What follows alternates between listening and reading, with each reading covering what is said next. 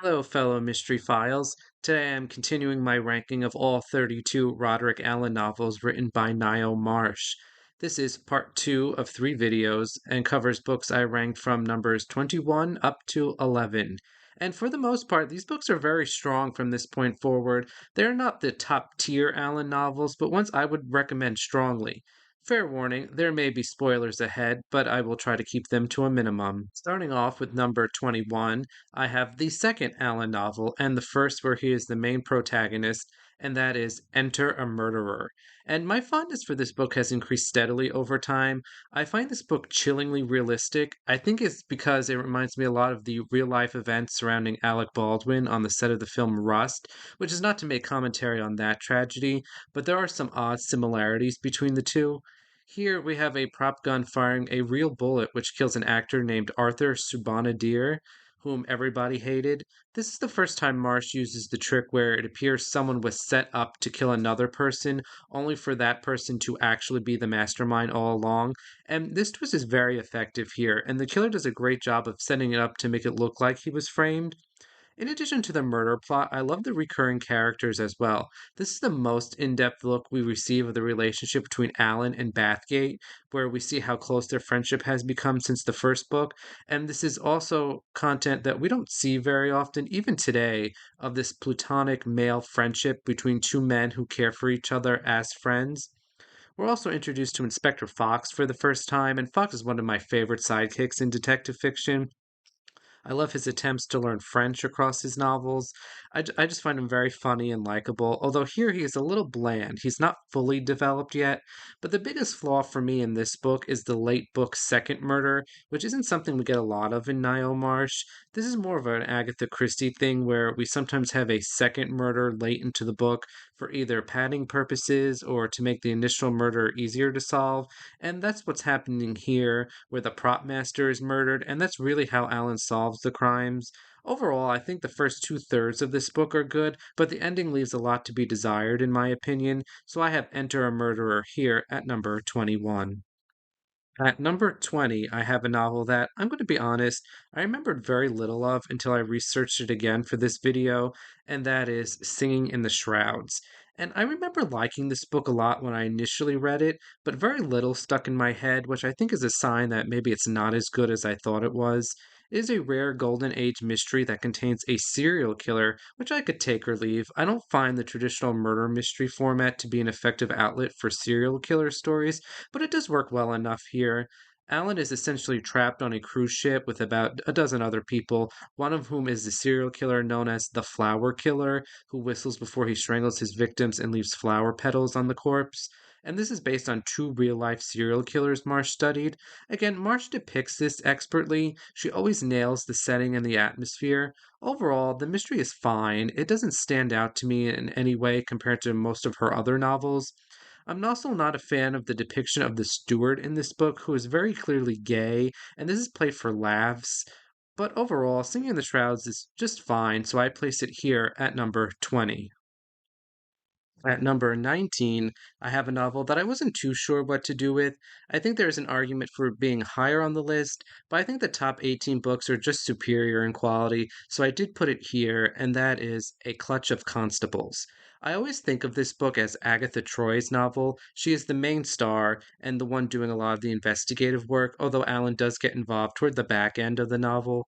And this one is a bit different than your traditional mystery novel. Troy is on a river cruise with a group of people, but instead of trying to figure out who done it, it's sort of a who didn't do it. Everyone except one of Troy's fellow travelers is part of a gang of criminals. I think this concept is interesting, but the product just turns out pretty standard. I don't think it came out as revolutionary as I think Marsh was going for. The mystery plot is another fairly strong one where Alan is tracking down a master criminal named the Jam Pot. It's standard, but nothing really stands out for me. I enjoy the confusion over the titular constables, where it can refer to either a group of policemen or a collection of art by John Constable, and this provides an important clue in the book. But this is another Marsh novel that deals with race. One of the passengers is Dr. Natouche, who is black, and the big twist at the end is that he is the innocent passenger. And I don't like using race in this manner. Now, in 1967, when this book was published, I think it's an effective way for Marsh to play off people's prejudices and shame them for their beliefs. But in 2023, it does come across as a little tasteless, even though Marsh is clearly trying to indicate a positive message about race here. And I like how the Allens become friends with the Doctor, and Marsh concludes with a scene of all three of them together, which nicely plays into Marsh's desire to cut through the snobbishness of the upper class. The Allens are wealthy and members of the aristocracy. They shouldn't be hobnobbing with people like Dr. Natouche, and it's a really nice slap in the face to both the upper class and to Marsh's critics, who long claimed Marsh was herself snobbish, which is a sentiment I strongly disagree with. But overall, the mystery here is just fine, so I placed A Clutch of Constables at number 19. Now, these top 18 novels, I think, are all the superior titles. I think all of these are pretty good, though, of course, to varying degrees. At number 18, I have the earliest book left to cover, The Nursing Home Murder. And I'm a bit surprised I don't have this novel higher on the list. I love the concept of this very important MP being murdered in a hospital, and everyone in this hospital just hates him. There are characters who hate Sir Derek's politics. There is a nurse with whom he had an affair and dumped in a rather harsh manner. One of the surgeons is Sir Derek's former best friend, whom he just had a colossal argument with. There's also Sir Derek's wife and sister, who are great characters. The sister, in particular, provides a lot of comic relief with her quack medication she wants her brother to take. I think the murder plot is very solid. Sir Derek dies after his operation from an overdose of hyoscine, and much of the novel focuses on how the hyoscine could have entered Sir Derek's body. And there are a lot of clever possibility for this, and none of them are overly contrived. I love the characters in this book. I find a lot of them to be on the zanier side, but well grounded, that they don't come off as ridiculous. I like the looks into a propaganda machine that Marsh explores in this book. The killer is someone very much into eugenics, and Allen even says that his skills of persuasion are very strong, that Allen himself almost briefly fell into the killer's trap, and it really explores just how dangerous these people can be. My biggest knock for the nursing home murders is that we get a lot of the routine of the operating room. We are told the procedure several times, and it becomes very stale very quickly. We see the operation play out, then we hear all of the characters explain it to Alan, and then he recreates it at the end one more time. Had it not been for this repetition, I believe this book would have been higher on the list, but it comes in here at number 18. At number 17, I have one of Marsh's novels that deals with actors and explores characters, and that is False Scent. For me, this book is a tale of two stories. I think the first half of this book is fantastic. The setup of Mary Bellamy's 50th birthday party is so good. Marsh explores the persona of this aging, vain stage actress very well, and how she interacts with the people around her, and how her temperament ruins her relationships with these people. I love the murder method where Mary is essentially gassed to death when someone replaces her perfume with poison and she sprays herself to death. It's one of the many of Marsh's very clever, very creative murder methods. However, once Alan enters the picture, I do think the action slows down considerably. Mary Bellamy was such a big personality that her absence is felt after her death. This is another one where the mystery is very strong, but not amazingly so. There's a lot of intrigue over who could have entered Mary's bedroom to switch out the perfume and just how many times she sprayed herself throughout the evening. I think it's very good, but nothing that really stands out in the canon for me, so I place False Scent here at number 17. At number 16, I have a novel that I really wanted to put higher on the list, as I love this book, but it does have some issues that I've previously knocked novels for, so it feels fair for me to put it here, and that is Spinsters in Jeopardy. And like I said, I love this book. I think this is the best example of a golden age mystery writer penning a thriller novel that we have. Typically, I find thrillers by mystery novelists to be on the weaker side, but this one is thrilling from start to finish. It never slogs and it never goes off the rails. There's a lot of intrigue with the Allens traveling through France on vacation slash investigating a drug ring. This book is very well balanced between action and humor. I think the chapters where Ricky is kidnapped are very compelling, where you can sense the worry and concern of both Alan and Troy, but also their perseverance and level headedness as they try to locate him. Ricky is such a good character. I love his interactions with Raoul, the driver, and his obsession with his silver goat figurine. I love the humorous actions between Alan, Troy, and the guests at the chateau, where they're trying to hide that Alan is with Scotland Yard, but each of them is vaguely acquainted with the guests there, and this is all a lot of fun. The reason why I have Spinsters in Jeopardy this low is because there isn't much mystery going on, although there's a lot of mystery atmosphere. Alan brings his family to France to investigate a Dr. Barati at the Chateau des Chefs d'Argent, whom is a well known drug lord. On the train ride, both Alan and Troy see a woman pushed out of the window of the chateau, and this is really brushed aside for the most part of the novel. And it's pretty obvious that Dr. Barati is the criminal here and is also pressuring his clan to stay with him. There is an attempt to hide this murder wherein Barati tries to claim that Miss Truebody has died and tries to pass her another dead body off as hers. This plot is pretty obvious, but it is entertaining nonetheless and well executed. To me, the better mysteries are who kidnapped Ricky and also this mystery surrounding a P.E. Garble who writes to Troy but then disappears. I think those elements made for much better plot arguments than the drug ring and the murder of the unknown woman. And as much as I love this novel, I think this is the highest I can realistically put it, so it comes in here at number 16. Now, for number 15, I have a novel that is very similar to Fall Scent to me, but is a little more memorable, and that is Photo Finish. And like Fall Scent, this book also involves the murder of an aging diva, in this case, the opera singer La Somita, who is one of the best one time characters in a Ngaio Marsh novel. And what I really appreciate about Photo Finish is the contemporary setting. We are in 1980 by this point and well out of the golden age. And this is a time when mystery authors started to shy away from these traditional puzzle mysteries as the dawn of new technology and new culture and what have you rendered a lot of typical mystery plots unrealistic and unworkable. Yet Niall Marsh accomplishes just that. This book contains a traditional puzzle mystery with a shocking twist, and it feels very much set in the late 70s to the early 80s. I think this is a marvelous accomplishment. Lastomita is being chased down by an unscrupulous paparazzo named Strix, whose real identity is unknown, but is obviously one of the people assembled at this house party. I think Photo Finish is the best look Marsh gives us into the personal lives of an individual famous person.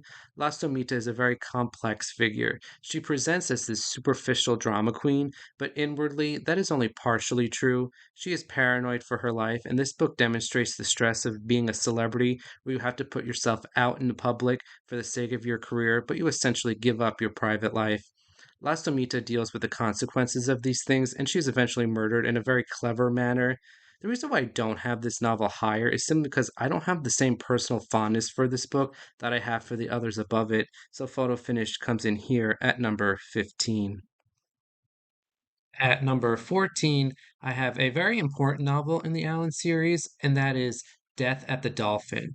And this is the book that introduces Peregrine J and several other characters who would appear again in the final Allen novel, Light Thickens.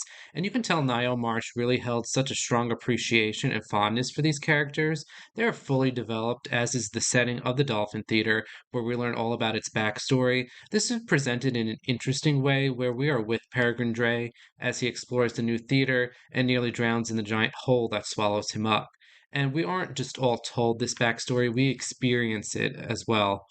The mystery plot is very good as well. Niall Marsh expertly, as always, depicts a theater company as they put on this play about Hamnet Shakespeare's glove. And you can really tell Marsh knows her stuff in this one. I feel as if I am in the audience watching the performances and the rehearsals of the glove and watching the mystery unfold. The actual glove of Hamnet is stolen and the security officer is murdered.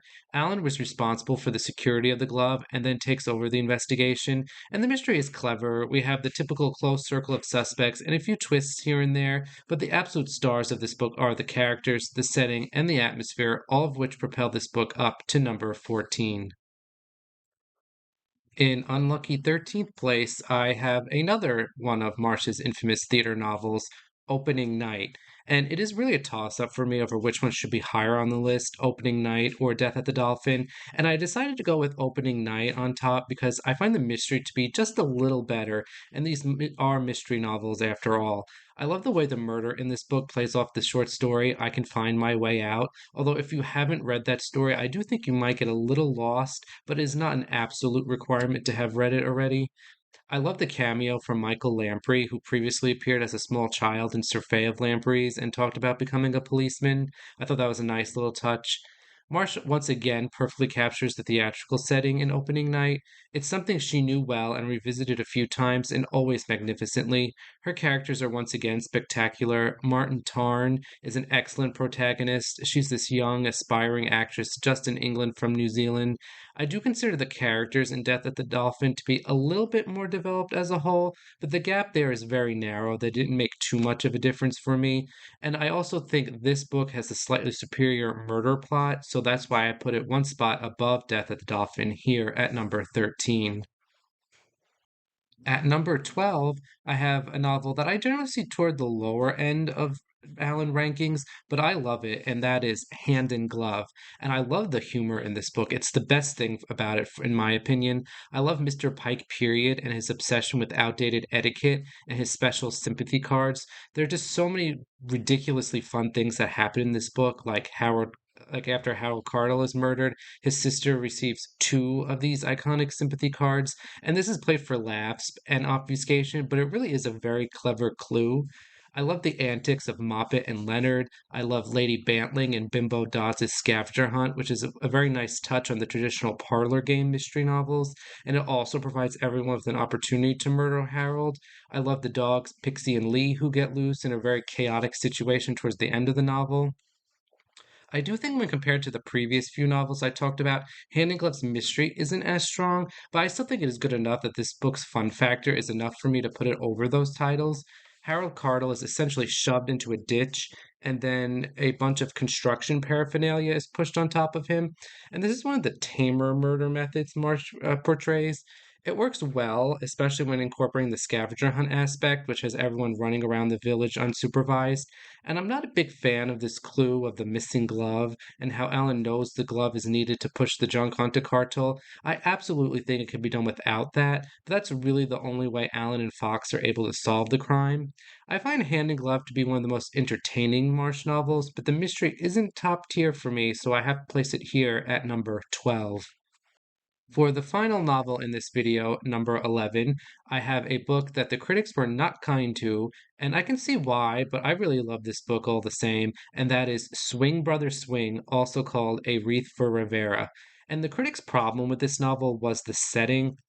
This book was published in 1949, yet ignores the aftermath of World War II, which lingered into the early 1950s. This book is a very upbeat, jazzy sort of mystery set in the world of jazz and big bands. It is a happy novel, which contrasts starkly with the mood of the era. I understand why the critics did not like this book, but for a modern day reader, that doesn't really matter to me anymore. Now, I will knock this book for its only casual mentions of things like food rationing, which if Marsh was going to write this upbeat novel, I think she should have just neglected all of these mentions. And Marsh spent most of the war years in New Zealand, so her experiences were unlike those of Londoners, which also explains the disconnect. But overall, I find this book a complete delight. I love the antics of Lord Pastern in Bagot and his desire to become a musician, and he's really over the top and embarrasses his family to no end. And this is just another great example of Marsh dunking on the aristocracy. This is the last book, chronologically speaking, to feature Nigel Bathgate, which is disappointing, but he is a fun presence as always. We also find out that Troy is pregnant in this novel, and I love the way this is revealed, where instead of just outright saying it, Alan coyly asks Fox if he would like to become a godfather. And I love this moment. I love the friendship between Alan and Fox, and this is one of those scenes that really exemplify their bond. My biggest knock for this book, however, and the reason why I kept it out of the top 10, is because I find the solution to be a little on the obvious side. There is a scene right before the murder where the conductor is trying to find a pill in his pocket, and he weirdly has someone pat him down to locate it. And this is a scene that just screams like it's important, and naturally it is. The conductor is trying to convince others that he does not have a weapon on him, and this would be known because someone patted him down. It's like this passage just has a big red arrow pointing at it that it's a major clue. But overall, I think the rest of the mystery is very strong. I love the grandness of Rivera's death during the performance, and I also think the mechanics are good. So I place Swing Brother Swing just out of the top 10 at number 11. And that is it for this video. Next week, I will conclude my ranking of the Roderick Alleyn novels with the top 10 books in the series. Make sure you like this video, subscribe to the channel, and leave a comment with your thoughts. Until next time, Mystery Files.